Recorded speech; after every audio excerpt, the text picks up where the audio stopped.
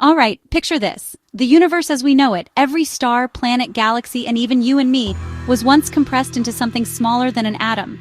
Then, about 13.8 billion years ago, the Big Bang happened. But what happened after that? I'm going to take you on a journey through time, right back to the very first moments of the universe. Let's start at 0 seconds. The universe erupts into existence, hot, dense, and unimaginably small.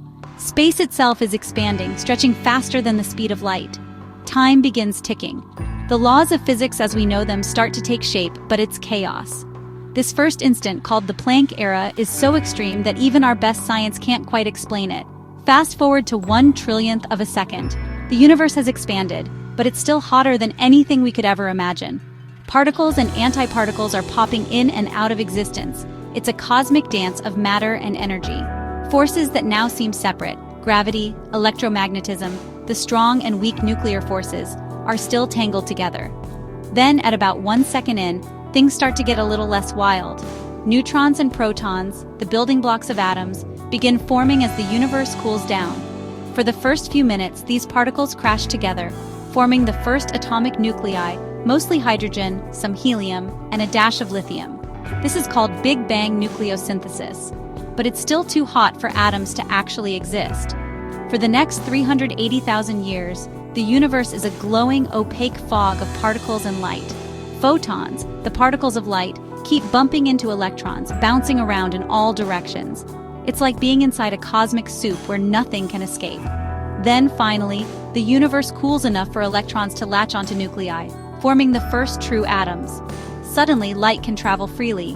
This moment is called recombination, and it's when the cosmic microwave background, the oldest light in the universe, was released. If you've ever seen those fuzzy maps of the early universe, that's what you're looking at. A baby photo from when the universe was just 380,000 years old. But what about galaxies, stars, and planets? Well, after recombination, gravity starts to work its magic. Tiny clumps of matter begin to pull together, slowly forming the first stars a few 100 million years later. These stars burn hot and live fast, creating heavier elements in their cores.